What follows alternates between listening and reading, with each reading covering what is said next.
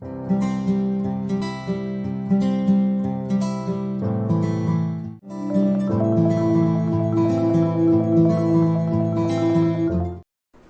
दोस्तों, स्वागत है आप सभी का हमारे YouTube चैनल जिसका नाम है विज्ञान एजुकेशन। तो दोस्तों, काफी समय हो चुका है, हम किसी निजी कारण की वजह से लगातार वीडियोस आपको प्रोवाइड नहीं कर पाए, लेकिन पुनः हमने अपनी सारी जो एक्टिविटीज है वो शुरू कर दी है। अब आपको लगातार समय दर समय आपको वीडियोस मिलती रहेगी। तो दोस्तों, हमने कक्षा 6 की गणित से प्रारंभ कर दिया था हमारे गणित का कोर्स। तो फटाफट हम धीरे धीरे बाकी का जो भी कोर्स है वो कवर करने की कोशिश करेंगे। तो दोस्तों, लास्ट में हमने बात की थी पिछले वीडियो में मूल संख्याओं की, और मैंने आपको बताया था कि हमारे पास में 4 प्रकार की मूल संख्याएं होती है, जिसके अंदर सबसे पहले जोड़, बाकी, गुणा, भाग। अब ये जोड़, बाकी, गुणा, भाग कैसे प्रयुक्त करते हैं, क्यों प्रयुक्त करते हैं, उसके बारे में आपको समझा देता हूँ थोड़ा सा। आप देखोगे किसी भी चीज की जब हम वृद्धि की बात करते हैं, किसी भी चीज की, आप कहते कि पेड़ के लंबाई में वृद्धि हो गई है, बालक की लंबाई में वृद्धि हो गई है, या किसी भी, जैसे आप किसी पात्र के अंदर कोई सामान है, सामान के अंदर वृद्धि हो गई, तो आप क्या करोगे, जो पहले सामान था उसके अंदर कितनी वृद्धि हुई है, तो वो एक्स्ट्रा जो सामान जुड़ा है उसको आप जोड़ोगे। उसमें जोड़ने से मतलब क्या हो गया, जोड़ना हो गया। यानी कि जब भी हम वृद्धि की बात करते हैं, लेकिन ये वृद्धि होगी, ये सीमित क्षेत्र की होगी। यानी कि आप कोई निश्चित संख्या या परिमेय संख्या जब जोड़ की बात करोगे तब तो आप प्लस का यूज करोगे। इसी से सिमिलर संख्या कौन सी है दोस्तों, इसी से सिमिलर संख्या है गुणा। गुणा भी क्या होता है, बार गुणा होता है, बार जोड़ होती है एक तरह से। उसमें भी क्या होता है, आपको संख्या कितनी बार जोड़नी, ये चीज मैं आपको पहली बार समझा चुका हूँ। इसका एग्जांपल अभी मैं आपको बहुत अच्छे से देता हूँ। तो आप देखिए दोस्तों, आप देखेंगे एक चीज यहाँ पर, एक बहुत अच्छी चीज बताता हूँ इससे संबंधित में आपको, और एक बहुत अच्छा क्वेश्चन भी है, मेरे को लगता है आपके काम का है। आप देखिए, हम देखते हैं 2 + 2 कितना होता है, 4। 2 + 2 कितना होता है, 4।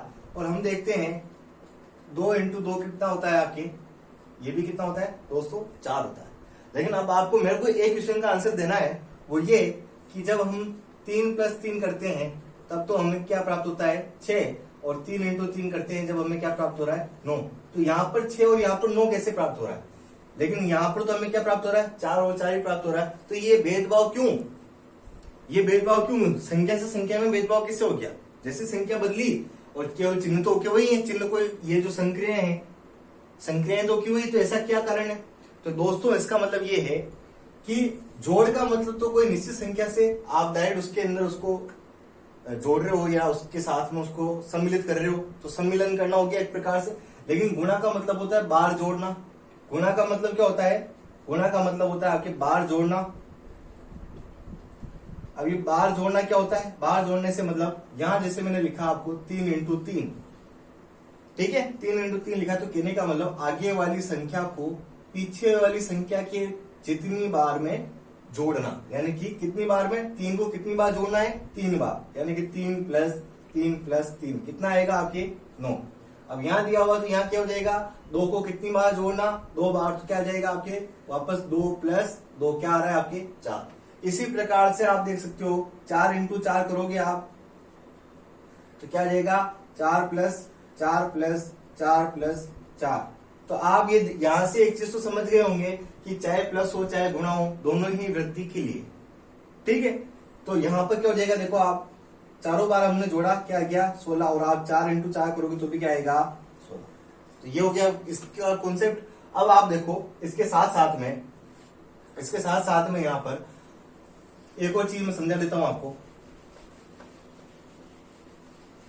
ये तो हमने बात करी प्लस की और गुणा की, अब साथ में बात करते हैं माइनस की और भाग की। आपने दोनों संख्याओं में आप देखोगे इस जो माइनस है, यानी कि जो हम कह रहे हैं कि घटाव का मतलब क्या होता है, किसी भी जो भी वस्तु होगी या संख्या होगी उसके अंदर क्या हो, कमी या ह्रास हो, ठीक है। और घटाने का मतलब भी क्या है, भाग का मतलब भी क्या है, किसी कोई भी बड़ा भाग होगा उसमें से भाग दे दिया। जैसे मान लो ये एक पूरा हिस्सा है, इसका आधा करना है, मतलब इसके 2 टुकड़े करने। कहने का मतलब इसका जो संपूर्ण क्षेत्रफल है उसका आपने क्या कर दिया, उसमें आपने कमी कर दी, इस एक क्षेत्रफल की आपने 2 हिस्से कर दिया, यानी कि दोनों अलग अलग कर दिए। लेकिन दोनों का जो मान अगर देखें हम अलग अलग तौर पे, तो इस पूरे मान का क्या है, आधा है एक प्रकार से। पूरे मान का ये दोनों जो टुकड़े हैं ये 1/2 है, और ये भी क्या है 1/2 है, यानी कि ये 50 है और ये भी क्या है 50 है। तो हम ये कह सकते हैं कि दोनों टुकड़े अलग अलग करने के बाद में इनका अलग अलग रूप से अगर हम इस पूरे भाग से तुलना करें तो आधा हो रहा है। तो हम ये कह सकते हैं कुल मिला के कि भाग के अंदर भी आपकी क्या होगी, कमी ही होगी एक प्रकार से। तो अब ये हम प्लस माइनस और गुणा भाग में इसमें डिफ्रेंशिएट कैसे करेंगे, तो आप ये देखना हमेशा ये चाहे प्लस हो या माइनस हो। अब प्लस और माइनस में कॉमन चीज क्या है, ये सीमित क्षेत्र के लिए यूज में लोगे आप। और गुणा भाग में क्या है, ये आप विस्तृत रूप में या विस्तार के जब भी क्षेत्र आएगा उसमें आप इसका यूज करोगे।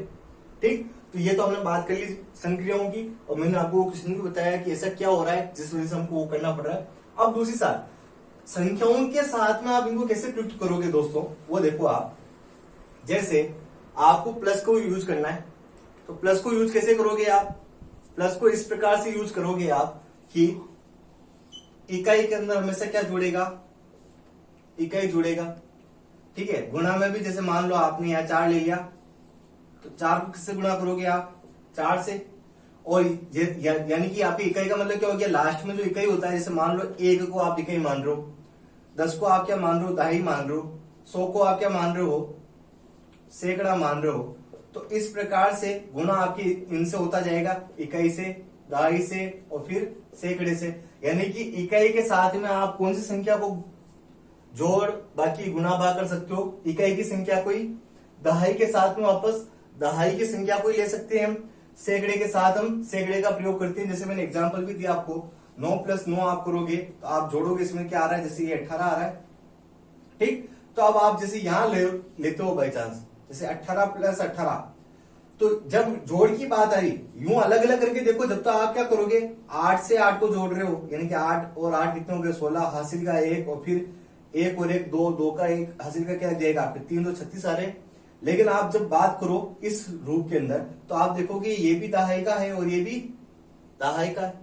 ठीक है, दहाई से मतलब आप यूं भी ले सकते हो, यहां से भी 10 यहां से भी 10, तो दहाई से दहाई अलग जुड़ जाएगा अगर आप करना चाहो तो। और फिर पीछे क्या इकाई के रूप में क्या बच रहा है, यहां से भी 8 और यहां से भी 8, दहाई से दहाई 20 और 20 में क्या हो रहा है वापस पीछे क्या आ रहा है 16। ठीक है, फिर वो का वही दहाई वाला मामला हो जाएगा आपके 20 और इधर से क्या बच रहा है आपके 10, 10 + 6। ये काफी लंबा प्रोसेस है। जब हम डायरेक्ट गुना करना या जोड़ करना सीख जाते हैं तो फिर इन चीजों का कोई मायने नहीं रहता। लेकिन एक्चुअल में हम क्या करते हैं, इकाई के साथ इकाई को जोड़ते हैं, गुणा करते हैं, भाग देते हैं और घटाव करते हैं, और दहाई के साथ दहाई को, सैकड़े के साथ सैकड़े को, और अलग अलग संक्रिया। लेकिन संक्रिया मूलतः क्या होती है आपके 4 ही होती है। फिर इनसे व्युत्पन्न होती है कई संक्रियाएं, जैसे आप मोड ले लेते हो। ठीक है, किसी भी संख्या को, जैसे अंदर कोई संख्या लिखी हुई है 1, इसको आपको प्लस में करना तो आप क्या कर लोगे, बाहर मोड लगा दोगे, इस चिन्ह को आप बोलते हो मोड। इस चिन्ह के अंदर किसी भी संख्या को हम रखते हैं तो वो किसमें बदल जाती है आपके प्लस में, यानी कि वो किसमें बदल जाती है आपके धन में, धनात्मक में। ठीक, एक तो ये चीज हो गई।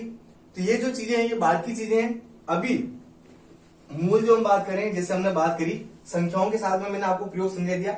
अब दोस्तों इसके अंदर और आगे बढ़ते हैं हम, तो एक आगे आती है आपकी कोष्टक की समझ। कोष्टक की समझ से मतलब ये देखिए, आप क्वेश्चन मैंने दे रखा है यहाँ पर, तो यहाँ पर मान लो जैसे कोई संख्या जिसके अंदर मैंने ये संक्रियाएं प्रयोग की है, तो उनसे ये मान आ रहा है। यानी कि पहले मैंने क्या कर लिया, 9 × 10 कितने होते हैं, 90 होते हैं, और 90 में मैं 5 को जोड़ूंगा तो क्या आ रहे हैं 95।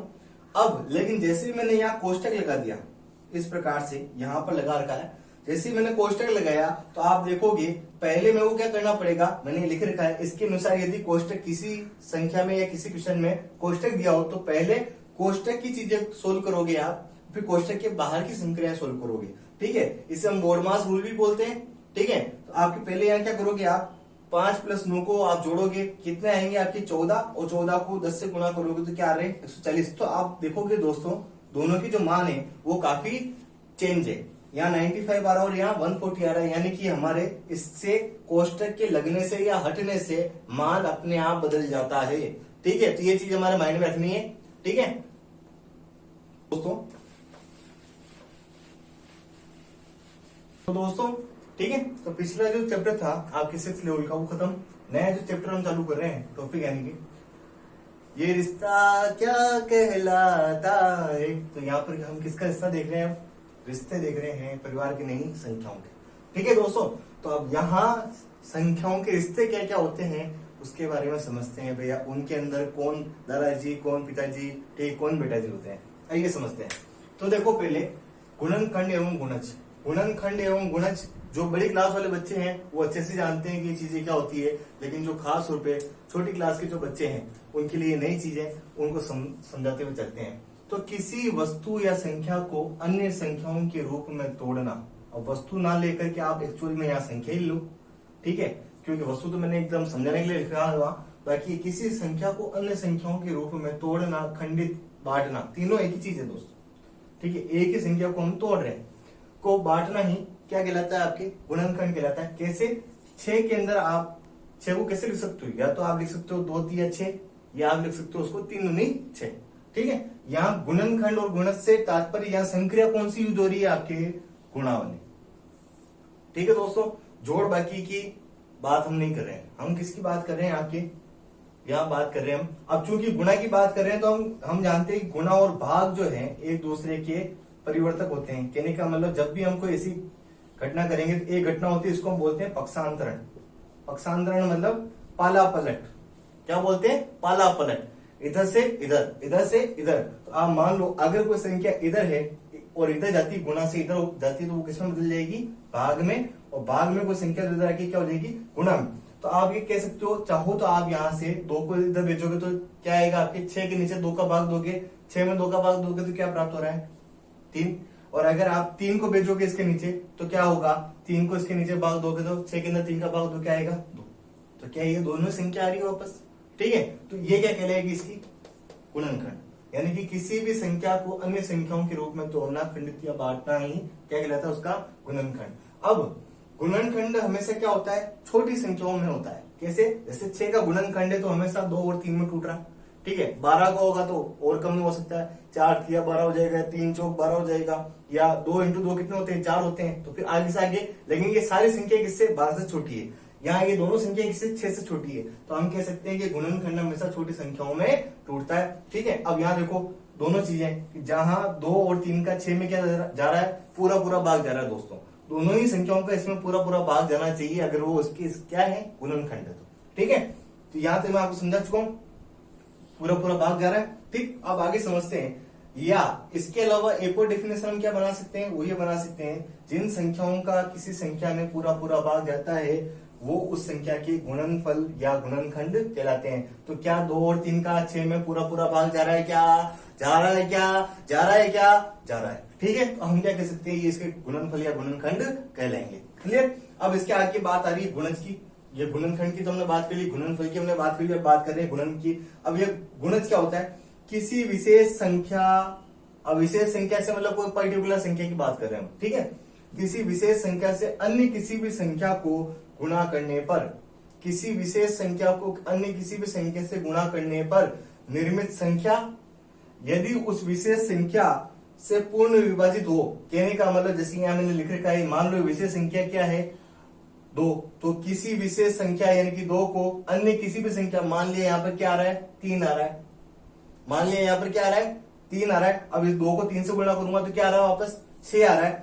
से निर्मित किसी अन्य किसी भी संख्या को गुणा करने पर निर्मित संख्या, अन्य किसी भी संख्या से गुणा करने पर निर्मित संख्या क्या हो रही है, आपके 6 हो रही है। अब क्या इस 6 के अंदर इस 2 का पूरा पूरा भाग जा रहा है, क्या जा रहा है, क्या बिल्कुल जा रहा है। हम कह सकते हैं कि ये क्या है, 2 से पूर्ण विभाजित है। तो हम इस चीज को इसका क्या बोलेंगे, गुणज बोलेंगे दोस्तों। क्या बोलेंगे इस चीज को, इसका गुणज बोलेंगे, ठीक है। तो अब यहां तक हम समझ चुके हैं कि गुणनफल क्या होता है, गुणनखंड किसे कहते हैं, और साथ ही साथ हम ये भी समझ चुके हैं कि गुणज किसे कहते हैं, ठीक है। ये वाली चीज मैं आपको एक बार और समझा देता हूँ कि किसी विशेष संख्या, मान लिया वो विशेष संख्या, मैंने एग्जांपल दिया यहाँ पर 2 हो, तो 2 को किसी भी अन्य संख्या, यहाँ पर आप 3 की जगह 4 लो, 5 लो, 4 ले लेते हो मान लो, तो क्या हो जाएगा, 2 चौक 8। तो अब ये जो दूसरी संख्या आई है, इसके अंदर विशेष संख्या हमने क्या मान रखी थी, 2, क्या 2 का 8 में भी भाग जा रहा है, क्या, हाँ पूरा पूरा भाग जा रहा है। तो ये इसका भी क्या कहलाएगा, एक प्रकार से गुणज कहलाएगा। आगे समझ में। अब यहाँ आखिरी चीज जो है, नोट लगा के मैंने कुछ लिखी है कि गुणनखंड का दूसरा नाम क्या होता है, अपवर्तक भी होता है। हम कई जगह किताबों में, आप कंफ्यूज ना हो, वहां पर आपको अपवर्तक नाम से भी मिलेगा, ठीक है। ठीक है दोस्तों, तो अब तक आपने ये जितने भी गुणनखंड क्या होते हैं, गुणज क्या होते हैं समझ लिए। अब आगे बढ़ते हुए हम लिखते हैं क्या है, भाज्य एवं अभाज्य संख्या। ठीक है, भाज्य क्या होता है, फिर हम ताकि हम ये समझ पाएंगे तो हम समझ पाएंगे कि भाजकता क्या होती है, भाज्य क्या होते हैं, भाग कैसे देंगे, क्या करेंगे। ठीक है, तो भाज्य एवं अभाज्य संख्या क्या होती है, पहले तो हम समझते हैं भाज्य संख्याओं को दो या दो से अधिक गुणनखंडों, गुणनखंड मैंने अभी जस्ट बता दिया था आपको डेफिनेशन एग्जांपल दोनों कि दो या दो से अधिक गुणनखंडों वाली संख्याएं क्या कहलाती है, आपके भाज्य संख्या कहलाती है। ठीक है, अब इन्हें क्या कहते हैं, संयुक्त संख्याएं भी कहते हैं। क्लियर, ये चीज आपको समझ में नहीं हो तो आपको क्या समझना पड़ेगा, आपको पिछले अभी वीडियो को पीछे करके थोड़ा सा गुणनखंड के बारे में समझ लेना है कि क्या होता है गुणनखंड। ठीक है, अभाज्य संख्या किसे कहते हैं, जिनमें केवल दो ही गुणनखंड संभव हो, एक तो एक का भाग जाता हो और एक स्वयं खुद का जाता हो। जैसे आप मान लो दो है, ठीक है, तो दो की राशि के अंदर या तो दो का ही भाग जाता है, ठीक है, और या फिर एक का जाता है, उसके अलावा बताओ मुझे नहीं जाता भाग। ठीक है, तो वो क्या है, एक प्रकार से अभाज्य संख्या। तीन देख लो आप, तीन के अंदर किसका भाग जा रहा है, क्या एक का जा रहा है, क्या दो का जा रहा है, क्या नहीं जा रहा, केवल किसका जा रहा है, एक तो एक का जा रहा है। ठीक है, और एक खुद का स्वयं का नहीं, तीन से तीन में जा रहा है भाग, और किसी संख्या का भाग जा रहा है, क्या नहीं जा रहा, तो ये भी क्या कहलाएगी आपके अभाज्य। लेकिन क्या चार है क्या आपके, बताओ मुझे, चार एक प्रकार से किस में आ जाएगी आपके इस भाज्य संख्या के अंदर, क्यों, क्योंकि चार को आप कैसे लिख सकते हो, दो इंटू दो, तो मैंने जस्ट बोला ऊपर दो या दो से अधिक गुणनखंडों वाली संख्या है। ठीक है, तो इनको आप गुणा करोगे तो चार आ रहा है, और किसी एक संख्या को इसमें भाग दोगे तो वापस दूसरी संख्या प्राप्त हो रही है आपको। क्लियर, तो यहाँ तक आपको समझ में आ गया होगा मेरे ख्याल से, और आ ही जाएगा वापस, आपने नहीं है तो वापस पीछे लो भैया, पीछे लो फुर्ती से। क्लियर, तो अब इससे आगे चलते हुए हम समझते हैं, हमने भाज्य एवं अभाज्य संख्या समझ ली, अब सम और विषम संख्याएं क्या होती है। ठीक है, इसको समझो, तो जितनी भी संख्या है अगर उसके अंदर दो का पूरा पूरा भाग जा रहा है तो क्या कहलाएगी, क्या कहलाएगी, सम संख्या है। ठीक है, और जिनके अंदर दो का पूरा पूरा भाग नहीं जा रहा है वो क्या कहलाएगी, आपके विषम संख्या है। कैसे, आप देख लो किस किस में दो का भाग जा रहा है, आपके एक में दो का भाग जा रहा है, क्या नहीं जा रहा, क्या कहलाएगी, विषम। क्या दो के अंदर दो का भाग जा रहा है, क्या जा रहा है, तो क्या कहलाएगी, सम। तीन के अंदर किसका भाग जा रहा है, दो का जा रहा है, क्या नहीं जा रहा, तो क्या कहलाएगी, विषम। चार के अंदर जा रहा है, क्या, हाँ, तो इस प्रकार से हम देखते हैं, जैसे एग्जाम्पल के तौर पे एक, तीन, पांच तो क्या हो रही है आपके विषम,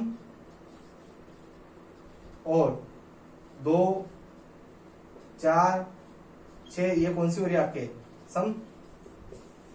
ठीक, किसी संख्या के पीछे जीरो लग जाता है उसमें भी किसका भाग जाता है, दो का पूरा पूरा भाग जाता है।